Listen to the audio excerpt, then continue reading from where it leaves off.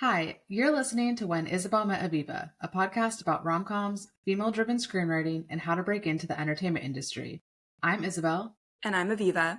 And thanks for listening to our podcast. So it's been a little bit since we've, recorded an episode. Isabel, should we do a quick catch up about what's been going on? Last episode was around Christmas, right?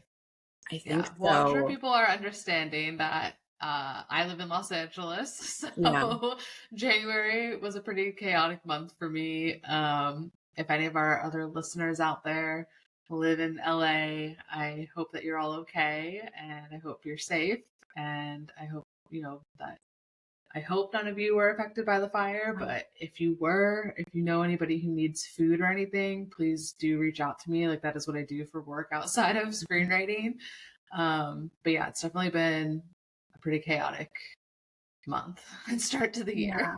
And that's only just like related to the fires in LA. That doesn't even consider what's going on in our government right now. Oh my gosh. It's been a lot, and it's been only 4 weeks, but I'm excited to start up the podcast again because I feel like maybe it will revitalize us in screenwriting and in life, and remind us of our goals. Our hearts go out to everyone affected in LA. I'm in the Seattle area, so I think it took me a little bit to realize the extent of what had really happened.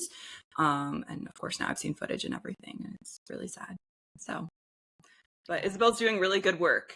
So outside of screenwriting as well to help people. So that's really beautiful.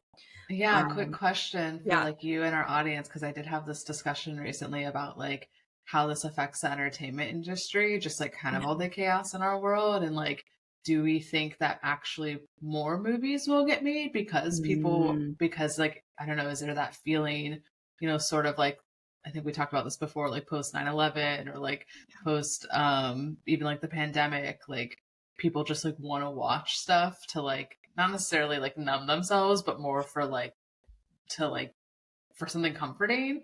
And so I was kind of debating in my mind, like, what does that look like in this time right now? Because it does feel, I think for me personally, especially with what I do for work outside of screenwriting, when I have conversations with people in the film industry that seem like so disconnected, especially to like the fires going on, I was kind of just like, there's, a lot of chaos going on in the world right now. Like, is it really necessary that we talk about like this movie or something? I don't know. Yeah, like it feels so like frivolous in a way, but then also movies, do provide hope and escapism and all the things that we need because art is so important. So I mean, I was gonna say, but then I thought about that, but then I thought about like how it was really hard for me to sleep the whole month of January because like I was pretty close to an area that had to be evacuated, and so I was like, I wasn't sure if I was gonna be able to evacuate. I couldn't sleep. I was worried I was gonna sleep through evacuation orders. So like I did find it really comforting to just like watch. I watched like old reruns of How I Met Your Mother because that was like comforting to me. And so I'm like, it does, I think, speak to the fact that like movies and television shows are a source of comfort for people. And so I do really see that perspective. And that's definitely something that I lean on during times when I'm, scared or going through stuff. So I think it is really important. Yeah, I think so too. Yeah, I don't have an answer like you're the one in LA for how the entertainment industry will proceed from here. But I am curious, and we can talk about that with future guests, especially the ones in LA. But it's been a really crazy month, but I'm excited to be chatting with you again and chatting with people all over the world, and just talking about what we love. So today, we should bring in our guest soon. Today we are talking with Catherine Slaughter King, and she is a London-based producer, and I actually learned about her on Stage 32. And I linked in with her because I used Isabel Drian's advice from a different interview we've done where she says to ask for a quick 10-minute chat to kind of network that way. So that's what I did. And then we were chatting we have spoken to her a little bit before on Zoom, and I said, would you want to go on the podcast? Because you have a cool background. So that's how this interview came to fruition. Amazing. Well, let's let Catherine in. Yeah, let's let her in.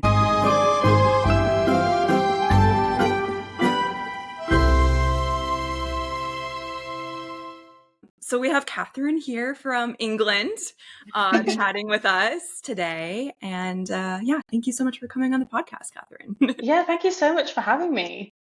Of course. So I said in the intro a little bit that we met through LinkedIn. So yes.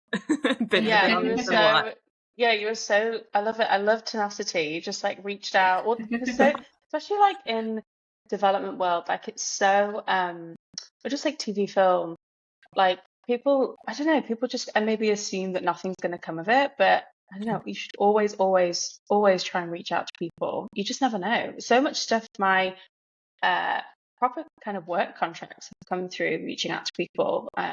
So again, I always get back to people. And it sounds like you guys are doing both kind of being very proactive. It's really hard to be, but yeah, sounds like you've got loads going on. Yeah, Aviva definitely is the like networker between the two of us. I try. We had a different another producer on the podcast who said to just network this way, the way that I tried with you, which was to ask to Zoom rather than just be like, read my script, here are my log lines, which maybe is a little cringe. So. I actually had a writer that I used to work, I still work with, but I work with at my old company, and he literally over the weekend messaged me and the head of development there on Instagram just this screenshot of just this person that had like contacted him just kind of very aggressively, you know, just that kind of thing, like read this. And I get this with friends, I've had it as well. It's the, I don't know, people mistake it for being proactive or tenacious, that it isn't. It's just being demanding. And so rarely does it come, because you're basically saying like, what can you give me? You're not really going in being like, how can we meet equally here? You're straight away being like, hi, you know, how can I get what I want from you? It's not really going to go anywhere. It's a very one-way street already. Yeah. Before we get into your background, what is the best way, in your opinion, to pitch producers and, you know, just naturally network, it sounds like, authentically? I think it's kind of that. I think it's like a combination of quick and like short and snappy is like the best way. So just kind of saying, hey, leading with flattery first. So saying I'm a huge admirer of your career, and then I always say like, I'm sure you're super busy, but it would be great for a quick Zoom in the next. And I always kind of say like month or couple of months. Just keep it super vague and lead with that you've gone to them specifically because you like them, not because you, which is kind of the truth, like trawled through LinkedIn and just searched like development and then found someone. But just at least looking on their page and mentioning something they've worked on or something like that. I think that's always the best way. Just short, snappy, but also specific to them. No more than like a few lines.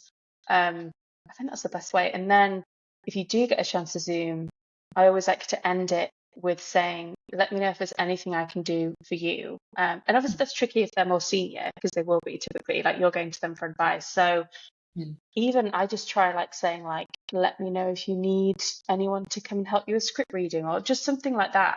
Like it's, even though it feels to you like, I don't really help them in any way. I think people always do appreciate it. I have had people come back and be like, oh, we actually do need more help. Thank you so much. Give me their email. Or I think that's the best way. Just like it's a real fine balance between making it clear what you want, so being quite direct. You want their advice so that you can progress your career, and you're kind of also circling to see if they have any opportunities, whilst also already telling them like, how can I help you?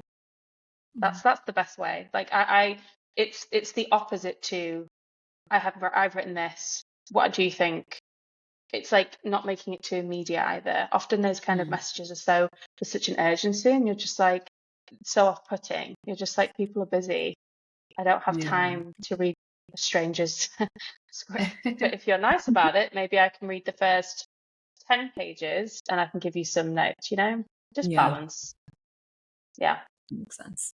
I'm kind of curious to know if you kind of like vet the writer at all. I mean, I imagine that people get like tons of emails from random writers. Is there something like that like you look for that makes it feel like, okay, this person I'm okay like Zooming with, or like I'll respond to them, versus somebody who, so maybe it is just like the tone or the way their emails were in, like the professionalism, like, so I'd be curious, like it's tone, I think. Like, it's funny, like I've talked about this a lot at the moment with like my friends and colleagues in the industry, like just people who, it's such a fine line mistaking tenacity and confidence for arrogance. And I think a lot of people think they've got the balance completely accurate. And it's just, I don't know, I don't want to toot my own horn, but I think a lot of it is like just about emotional intelligence. It's like just people, and so often like you see this in like workplaces as well, like people, they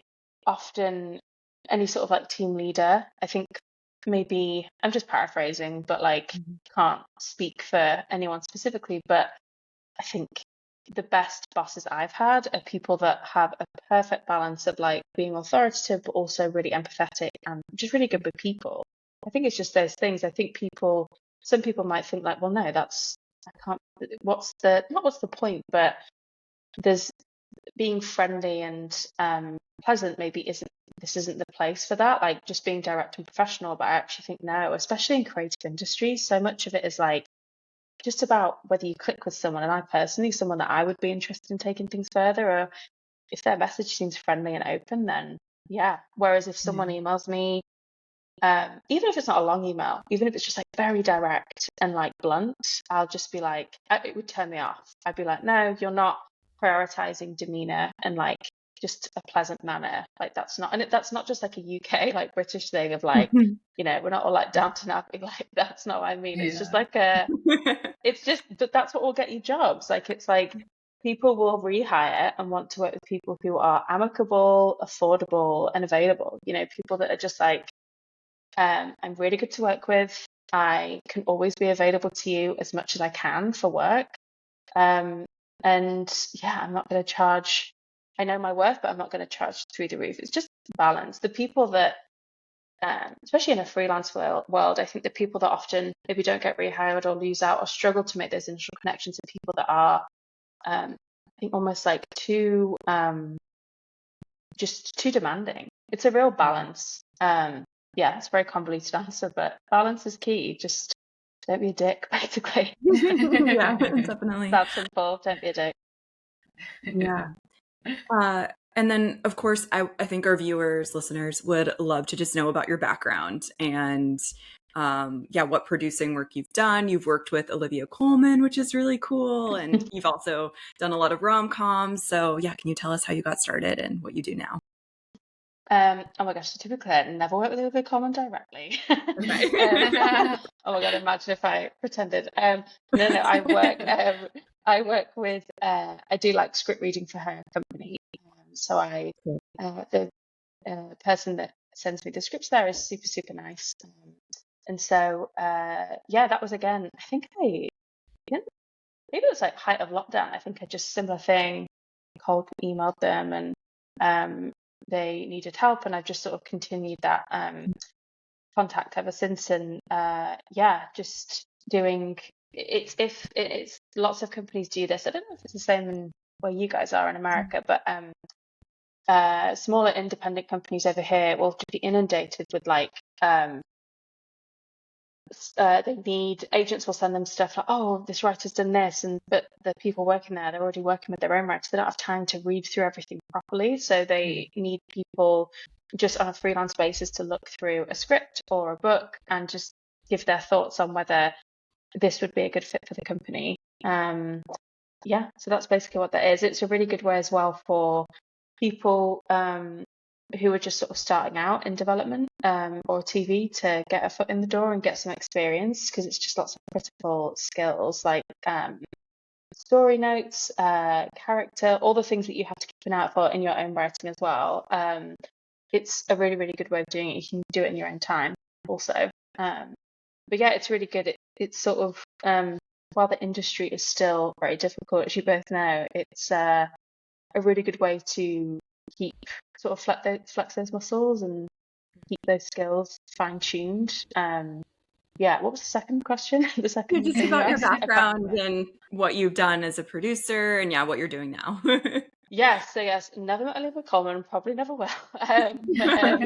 Yeah, no, the team there are really, really nice. But yes, I had quite a weird entry into it. So I've technically been in TV for 10 years, but I officially got into development in around 2018, I think. And this was pre-lockdown. So talk about like, oh, you couldn't really, I mean, you could, but yeah, you would contact people, but you'd have to have in-person chats. No one was doing a Zoom. I distinctly remember starting my first development job, and I remember hearing one of the things I had to do was like help set up their Zoom account, and this was like 2019. I remember people being like, "What's Zoom?" Like, they'd moved from like Skype to Zoom. That was it. So just to show you how different it was, even in 2019. But I just spent like a year. Like I was working at AMC, but the UK office, and I had a really weird job when I worked in like compliance. So basically editing out swear words and nudity from like shows that were meant to go out after 9, but they wanted to make pre 9 p.m. versions. So I had to edit out all the swear words and stuff, which was a hilarious job to do. But so I was doing that, and so it's kind of in TV, but also sort of very removed from development. I also didn't know anyone that works in development really. So I just had to do a lot of cold emailing and kind of building an idea of how I thought would be a good way in. And over here, I was told like you just need like a team assistant job at smaller independent companies. So kind of like a runner, something like that, but the development equivalent. So you're not on set every day, you're just in the office. And then you can work your way up development that way. So after a year, I got a job at an independent company, and I was there for like a year and a half. And then I moved from there to Real One. And I progressed really quickly there because their content is huge. They made like 100 TV movies a year or something crazy like that. So they built that up really quickly. And as a result, it was kind of all hands on deck. So yeah, it was great. I was there for 3 years. And yeah, just very, very quickly, you'd have your own development slate, your own films, and then you'd executive produce all your own stuff as well. So it was really, really great. Progressed quicker than, I thought like, oh God, it'll take me like 5 to 10 years to get this far. But moved up very quickly there. And then now, because Real One was it's a big company, so it was one of the first to get affected by the redundancies, or like just the industry difficulties. So yeah, I was made redundant from there, unfortunately, like summer 2023, but I've been freelance since, and it's really, definitely difficult at first, because especially being made redundant at a time when everything's sort of shit's hitting the fan all at once. It's like there are no jobs anywhere, so that was at the writer's strike, height of the writer's strike. So I didn't really start to feel like I was properly freelancing until like February last year, so kind of like this time last year. But now I am a development consultant, so I develop across mostly audio at the moment, but it's very varied. So I work on a podcast with my friend and business partner, and also still do script notes and all that kind of thing. And yeah, I think a lot of people in the UK certainly are doing more podcasty stuff at the moment. But yeah, it's great. I mean, it's very varied. And I'm still keeping an eye out for anything full time, but nothing really seems to be happening. And I'm just sort of, what's that phrase that I heard that's really good? It's like, don't chase what isn't meant for you or something like that. And I do think like I'm just finding myself just moving more into audio for the minute, and yeah, it's really good. It's all the same skills, but just a different result. But yeah, that's where I'm at now. That's awesome. And did you like go to school for working in production, or I'm always kind of curious, like what exactly inspired you to want to work in the film industry in general? Yeah, so I did English. I did English at university or like college here in London.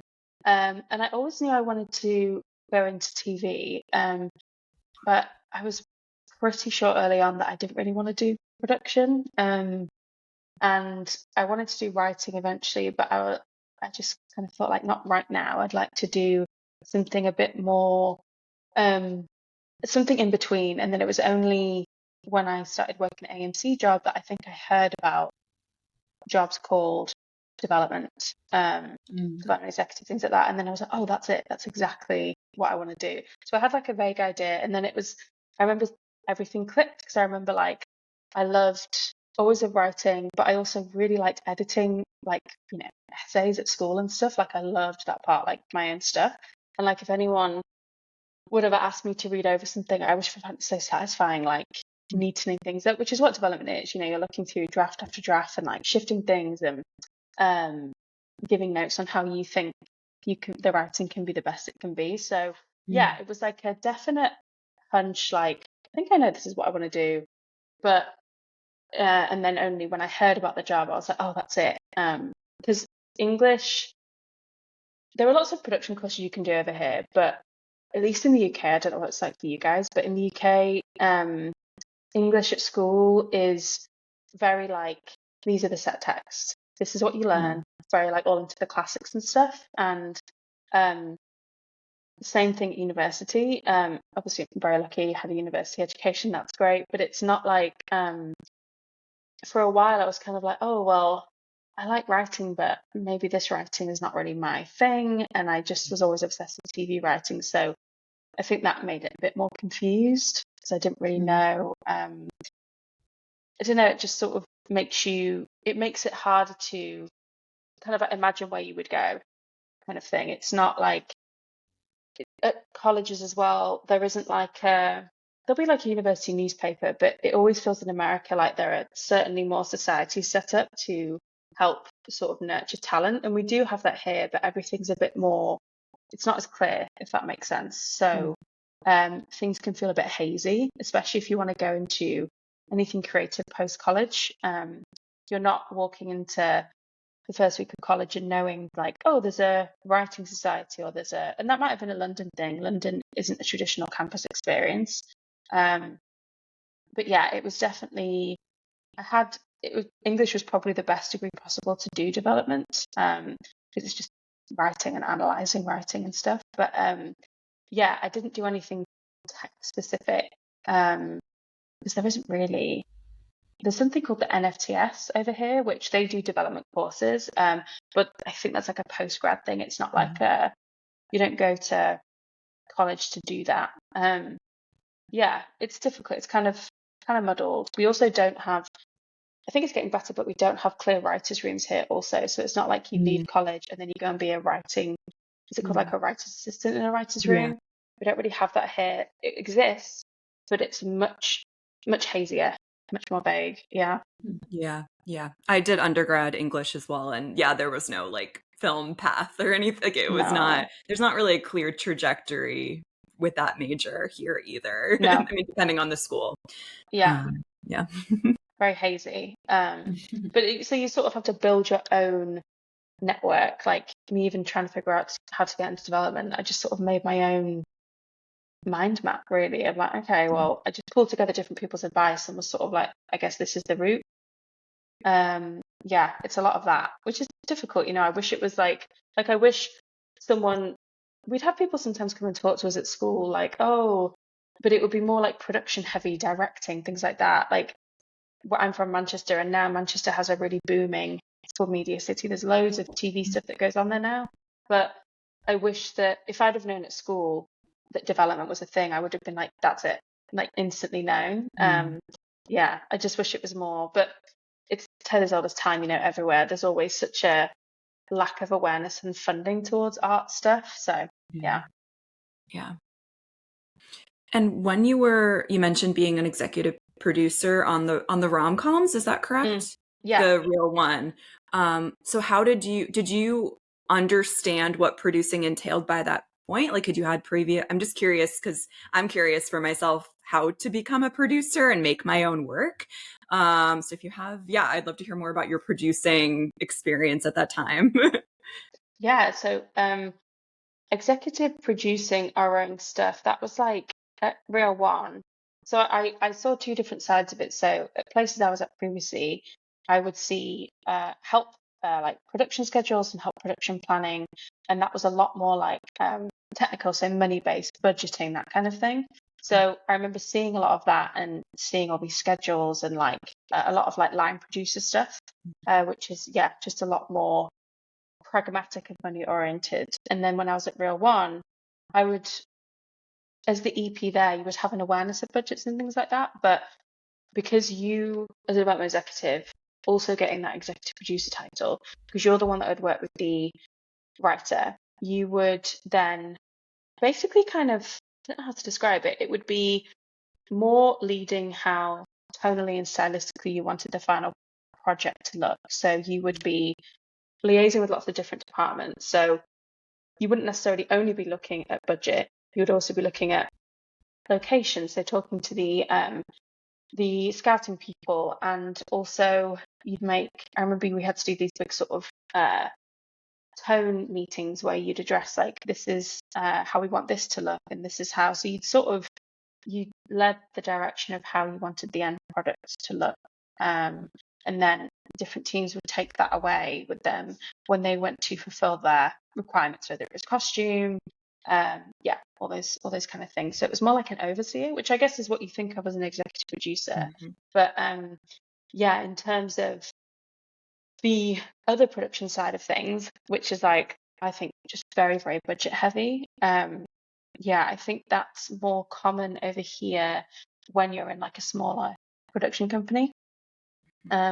Where, because if you're a bigger production company, you've already got people that are hired to do that job. But over here, or anywhere, if you have a smaller independent production company, I think it's much more, you spend a lot more time sort of hand-holding the budgets from an early stage, if that makes sense. I've basically seen different sides of it. And it's funny, like when you look at any show or TV series, often executive producers, I now understand why there's so many of them, because different people will, I don't know, I might be completely incorrect, but from my own experience, it feels more like different people are attached to different departments. And so certain executive producers might have a hand in really focusing on the locations, or someone might be there to solely talk about budgets and help fund the project and really oversee that. So it's quite, from what I've learned so far, just for me, it can be quite varied. It's very interesting. It's always, you always kind of want to talk to, I'd love to talk to other executive producers as well and be like, well, what did you do? What was your day-to-day like? Because I think it does vary project to project. That's very long. Does that make sense? Yeah, definitely. Yeah, I'm always curious too to hear from people who work in development, like when you're reading a script, like can you maybe walk us through like what exactly like sticks out to you, or like what you're looking for, or especially from like the production standpoint? I'm always curious, like at least my experience has been when I've had someone in development read, they'll like after a few pages be like, wow, this seems like it's gonna be an expensive movie, or like you got to remove this first opening scene, like because of, it's like, so I'm always curious to hear like kind of what goes through your brain when you're reading a script.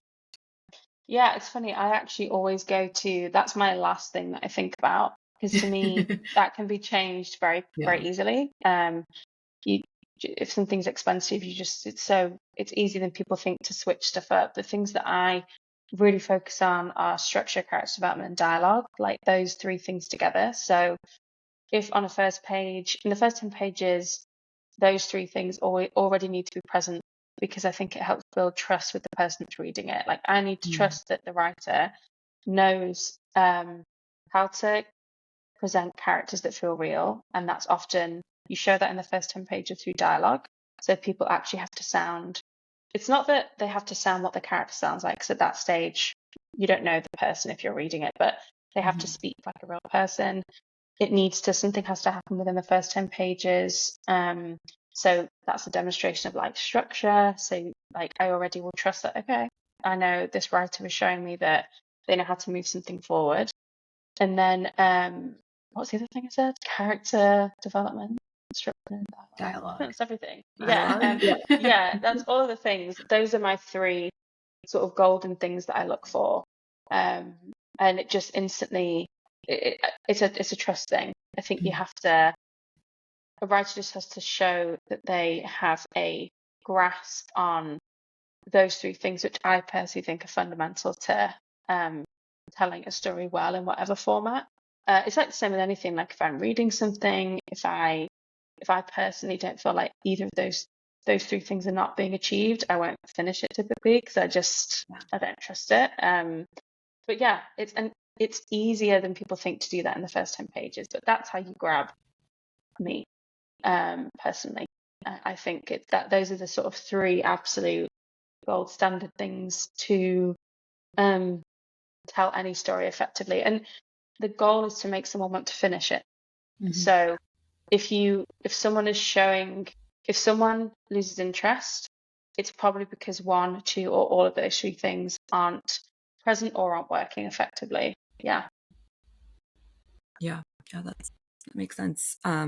When you've developed the script did you usually, in your previous experiences, did you start from absolute scratch with a writer, as in they just gave you a log line, or did you usually work with completed scripts and then help them develop it further? it was mostly from scratch. So at Real One, it would mostly be from the very beginning. But then, so going from an idea to pitch and then to draft one of a script to final draft. But then I also sometimes would be presented with final draft of scripts. So maybe there'd been some notes and it wasn't quite right, and maybe you needed a couple more drafts. So I would say 70% starting from the complete blank page, and then 30% maybe being brought in because the team was there were so many projects, so everybody was really helpful with each other. So you would often get asked to jump in on someone else's, and they'd just be like, "Oh, I've had this note and I don't really. Can you help me? Kind of, what do you think? What's a good fix here?"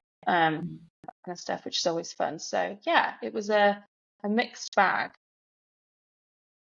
And did you mostly at Real One? I'm curious.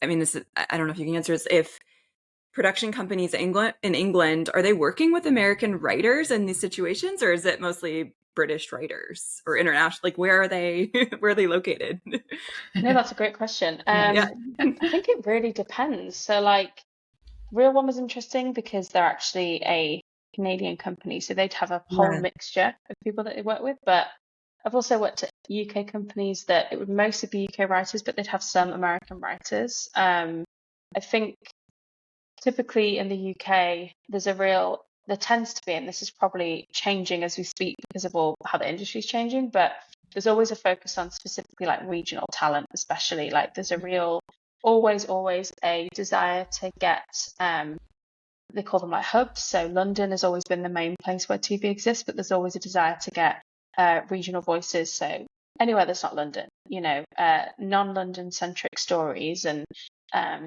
like there was a really good show over here called Alma's Not Normal, which is whereabouts that's based, but up north somewhere. But it's just there's always a push to bring, because it's just not disadvantaged so much, but just people that wouldn't have access to all of the TV and film contacts that London has to offer. So getting writers from anywhere that isn't in the capital city is always a goal.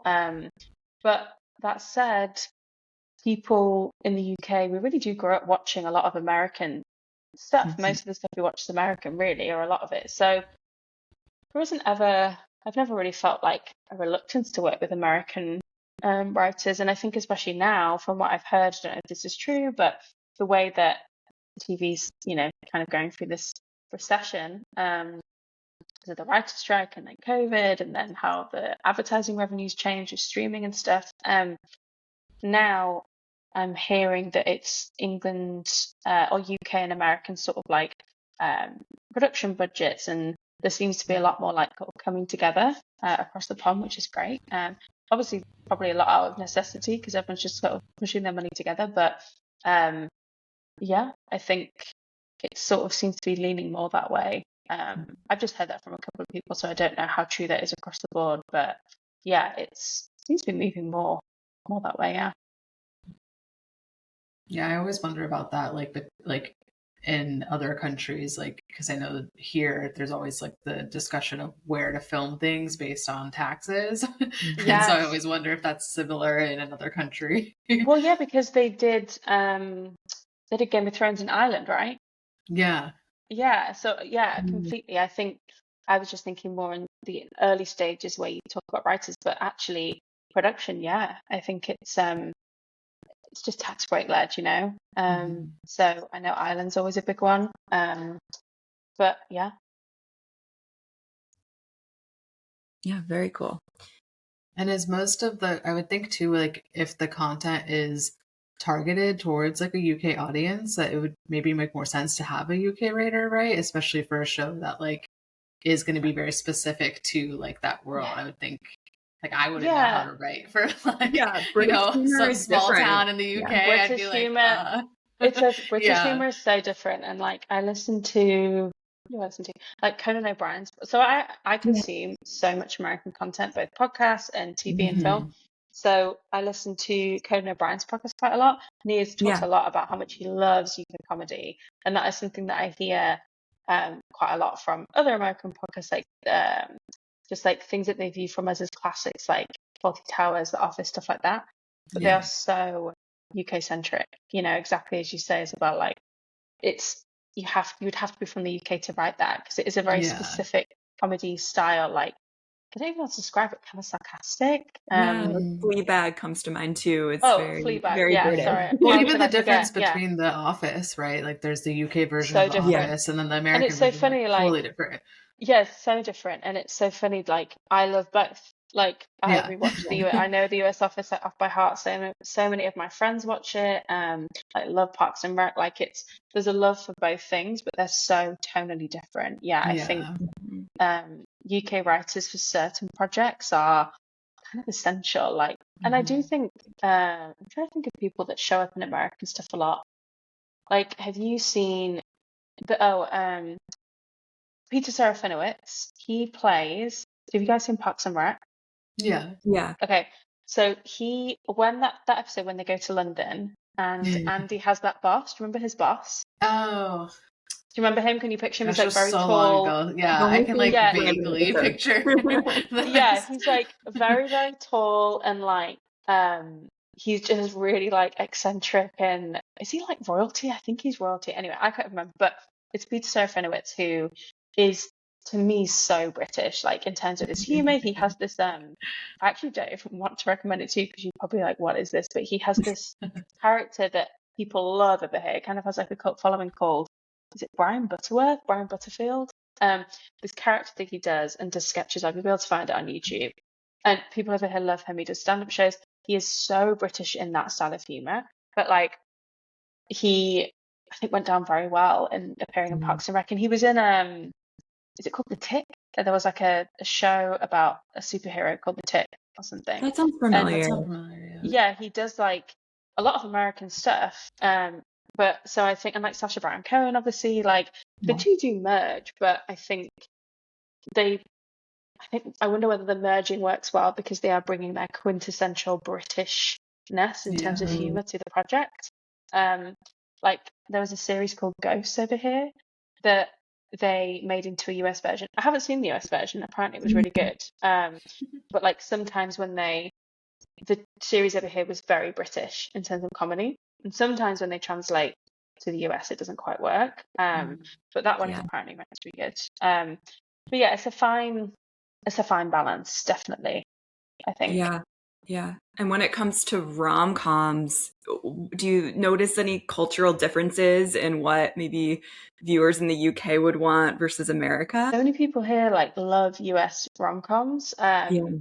UK rom-coms, what would they want? I feel like, you know, things like Notting Hill have actually, it's almost like over here, I feel like people love like a bumbling rom-com male lead, like a, you know, just Mm. like they like a someone to Hugh Grant. feel, even now, yeah, like not to be mean to Hugh Grant, but you know, that like what you would think of like like very like sort of well-to-do and posh kind of thing. Mhm. Maybe that's something. Maybe over here, it's like a rom-com, a UK rom-com trope over here is like someone that's charming but in a the guy that gets the girl is someone that's charming in a sort of like effortlessly clumsy way. Like About Time. It's not really a rom-com. Yeah, that's but good. like That's I true. love that film. that's Donald really Gleason good. is so great, but it's that sort of like cute, like softly spoken maybe.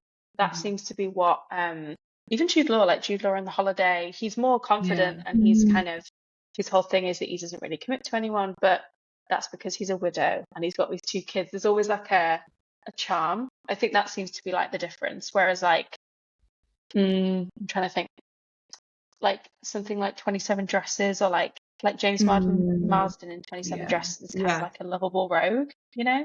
I think that's the difference. Different vibe. Different vibe. I definitely associate London in particular with really good rom-coms that, you know, that have like The Holiday, Love Actually, like Notting Hill, like ones that I do repeatedly watch. And so I like the bumbling. I love it too. I rewatch About Time so much. I love About Time. I love that movie. It's so great. It works when it works so well. So now we're gonna ask Catherine our rapid fire questions. Ladies and gentlemen, we are now preparing for rapid fire questions. And the first question is, what is your favorite rom-com and why? Oh my gosh, I was thinking about this, and I actually this is like a cheat answer because it's like 3 combined.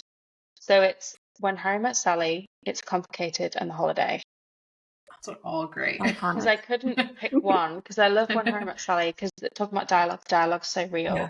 But I love Nancy Meyers. I was thinking about this. It's Complicated and The Holiday are because she's so good at writing about lost love, like people that have like relationships that haven't worked. So I couldn't pick. So those are my 3. I watch The Holiday every year. So It's Complicated is also, I feel like It's Complicated is kind of underrated. It's so good. It's so good. I love that film. I haven't seen it for a long time, but that's the one with Meryl Streep, right? Meryl Streep and Alec Baldwin and like the divorced couple, and like it's just kind of sad, like them sort of him sort of coming to terms with, basically leaves her. This isn't a spoiler, but he leaves her for a younger woman, and it's just him coming to terms with the consequence of that. And it was really good. I should rewatch. I think there's a really pretty kitchen in that one. Nancy Meyers' interiors. She's so classic. Like that was filmed in like, I think it came out in like 2009. But even when you watch it now, you're just like, it still works. It still looks great. All of her interiors, so good. Okay, do you have a favorite rom-com trope? Yes, my favorite. This is a very weird specific one. So I love in rom-coms when, and this is something that me and my brothers have always liked to do when we watch films, when they always try to show the female lead with like her best girlfriends, and scenes where they're all like laughing at something and like trying to show how close they are. Obsessed. It's Complicated is really good for that. Actually, it's where the scene when she's with like Ruth Wilson, I can't remember her character's name, but like all the women are gathering and they're like scream laughing over stuff that's like, it's funny, but not, you know what I mean? I love when they try to show like oh my god, this woman has like loads of friends of how close they are, because the laughter always feels kind of like too much. I love, it's like me and my brothers have always loved watching extras in like the background of scenes, because if you can always see one that's like going too hard, and in any sort of like scene where where a director's trying to show this is how close everybody is, there's always someone that's just too much. So that's my favorite. It's always in rom-coms when they try to show how happy everyone is, and there's always someone that goes too hard. So that's my favorite one. I love that. I know what you mean, so the like funny. little montage of like, look at Seriously, her life. She's like so keep popular. an eye out, look in the background. It could even be like a waitress, or someone's always just looks too happy. And you're like, I love it. It's so good. Do you have a favorite rom-com outfit in a film? Yes, obviously the outfit that Cameron Diaz wears in the hills. Oh my god! In The Holiday, when she obsessed with the hills. When in The Holiday, when the taxi driver drops her off and she has to walk to the cottage, that outfit she's wearing. I can't even remember. It's like black and white and cream, sort of maybe a stripe. She looks so good. I always can picture that outfit so clearly. Yeah, I love that outfit. That's a good one. beautiful sweaters in that film. I always feel inadequate with my sweater collection. I know. Everyone looks so cozy. Looks so cozy. Yeah. Do you have a favorite line or moment from a rom-com? Yes, this is actually a cheat answer because Legally Blonde is not a rom-com, but there is a romantic story arc, so maybe that counts. Mm-hmm. Yeah, when she says to Warner, "I'm never going to be good enough for you, am I?" Oh my god, love that, because I think actually, like, I only think of that because it was Reese Witherspoon was talking about that line, and I actually think that's at the root of so many rom-coms. So many rom-coms that we grew up watching are like about a woman trying to prove to a man that she's good enough, and there's always like a guy in them that, like The Holiday, like Cameron Diaz's husband, not interested, like Kate Winslet, that Jasper guy, not interested. Like there's always an element of, and like Bridget Jones as well, like Hugh Grant, like there's always that feeling, and every woman can relate to that feeling, and trying to make someone think maybe they're wrong, maybe I'm great, but the amount of time and energy you spend trying to prove to someone I'm worth it. So I love that line, and like the way Reese Witherspoon delivers it, it's like her eyes are kind of watering. It's such a good performance. It always kind of makes me tear up when I watch that scene. Yeah, I love that. I was gonna say I can like picture her delivery on that line. I feel like So that whole good. little moment they capture I is know. so perfect. I know, I know. And it's because she went to Harvard for him. Like that's crazy. Yeah, so I love that line. Have you seen any rom-coms that you'd recommend, whether they be new or older ones that maybe we don't know about? There was one that this is American. It's like I guess it's a friend rom-com, but it's called Babes with Alana Glazer and who is the other person? Wait, this is going to annoy me. Let me look it up. Yeah, feel free. I love Alana Glazer, so I'm definitely interested. It's really, really good. Babes film. Yeah, it's Alana Glazer and Michelle Buteau. Okay. It's really, really good. It's basically Alana Glazer. This isn't a spoiler because it's like in the opening. Oh yeah, Michelle's like a stand-up comedian. So yeah, she's so great. And Alana Glazer gets pregnant, and it's just about them navigating their friendship and how it changes throughout that. So it's actually it's more of a friend romance story, but it was really, really good. It was really, really good. And I'm trying to think what there was. Okay, this is not a rom-com, but it's such a good film. It is a rom-com, and it's a romantic film, but it's like a very, very dark version. It's called How to Have Sex. It was out this time last year, and it was really big over here. I think it won a BAFTA. But it's basically, we don't really have spring break over here, but something that people do is that like when you finish your GCSEs, which are like, I think you guys have an equivalent, maybe like the SATs. Yeah. When you finish them here, you often, a real sort of cultural thing is that you will go on like a girls' holiday, often to somewhere like a Greek island, like Zante or like Mallorca, something like that. And you'll just go with like a group of friends, and you're like 16. It's probably like a lot of your guys' like first holiday, like without parents together, and everyone just gets drunk. And it's always like the awesome. summer after you finish GCSEs. And it's about a girl that goes on that, and like, from her perspective, and like navigating like the sexual politics, because it's like the first time that no parents are there, and she's out and she's in clubs and there are all these guys. It's really, really good. So yeah, it's just not it's not a rom-com, but it's at all.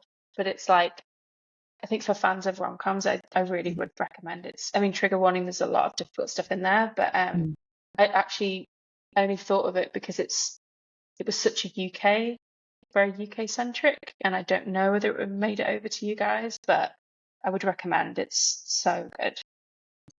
Cool. Yeah, I'll watch both of them. Both of those, yeah. It's dark. Like, brace yourself though. It's dark, but it's really, really good. Okay, so our last question is just if you had like an unlimited budget, magic wand, is there a movie or a script that you've read that you'd really love to have made, or is there like a specific type of movie or story that you'd love to develop? This is very, very niche, but have you guys seen White Lotus? Yes. Okay. So I'm obsessed with it. I think it's literally a masterpiece. Yeah, new season comes out this month, oh my God, right? I'm so excited. But yeah, talk about English people, like that's huge over here. People love White Lotus. But I'm obsessed with season 1, Shane and Rachel. Oh yeah. Oh my God. I love them. The opposite to a rom-com. I think about them all the time, like so bleak. And it's so awful watching her realize that she's made this terrible mistake. And it's always made me think of that film Sliding Doors with Gwyneth Paltrow. Have you seen that? Oh yeah, I love So that I would movie. want to do like a sliding door, because obviously, like, I mean, I just think that she will stay with poor Rachel. Will just, she's trapped now, like, especially after, I don't want to spoil anything for anyone that's not seen it, but his, you know, vibe, there's sort of no way that she can ever sort of leave him, I don't think. So I would love to do a film that's like a sliding doors about like what if she never married him, because it always really horrified me the way that it's kind of like a nightmare, like the way that she's like, oh, I got so swept up in how rich he was. Basically, she didn't come from a lot of money. Like, it could happen to anyone, you know. She's very charming and all this stuff, and I really feel so bad for her watching it. I would love if they came back in another season. Yes, you know, like they run into they're them. the two that White Lotus. Yeah, and that actor, is it Jake Lacey? I can never remember his name. I can't remember his name. Yeah, he's in Romcoms. I've seen him in Romcoms. Yeah, he is. How to Be Single? How to Be Single? Yeah. He's in How to Be Single. He can be more charming. He's a good actor. He's a good actor. I think he was even in The Office, I think. But he might have played good. Like, he can do sort of all comedy, all of it. So, you know, I would love to see, I don't know, I just always think about her. That's a very self-indulgent one, but I want to know a sliding doors of like Rachel like escapes him, basically. That would be my dream. I just think about them. I often wonder, like, oh gosh, I wonder what they're doing now. But yeah, I feel like they could do a whole mini series where they just sort of like one little episode where we kind of see what happened to like these different random couples. And also because like the mother-in-law, she's like turning up on the honeymoon. Oh my God, I want to know what like Thanksgiving's like with them. Right, yeah. God, she's just the worst. Yeah, it's so fascinating. Yeah, I would love that. Love it. To wrap it up, can you tell us how listeners could work with you potentially, or connect with you? Oh my gosh. Just message me on LinkedIn. I think that's the best way. My name is Catherine Slaughter-King, which is a very memorable, hilarious name. That's a good name. Yeah, it's hilarious. Just literally message me on LinkedIn. I just think that's the easiest. It's where like that's definitely very work based for me. That's where I am. Any sort of message on there. I don't really do work stuff on like Instagram or anything like that. So just message me on there. And because I'm very much of the belief, like, I got into development because people would have chats with me. So I'm always up for having a quick 10, 15 minute, 20-minute Zoom with someone who just wants advice, as long as you don't message me being like, read my, as long as you just like just like a normal nice message. Like, I'll always try and make time to have a chat with someone. Yeah, that's lovely. Thank you. Thank you so much. It was really great to chat with you and just hear more about your story. Thank you so much for having me. This has been an episode of When Isabel Met Aviva. Thank you so much for listening. If you want to stay up to date with our episodes, please subscribe. Bonus points if you leave us a positive review. You can follow us on Instagram at When Isabel Met Aviva and on Blue Sky at When Isabel Met Aviva. You can also find our personal profiles on Instagram and Blue Sky too. Feel free to reach out if you have any questions or need any advice about your screenwriting career, or if you just want to obsess over rom-coms with us. And don't forget to watch and write as many rom-coms as possible.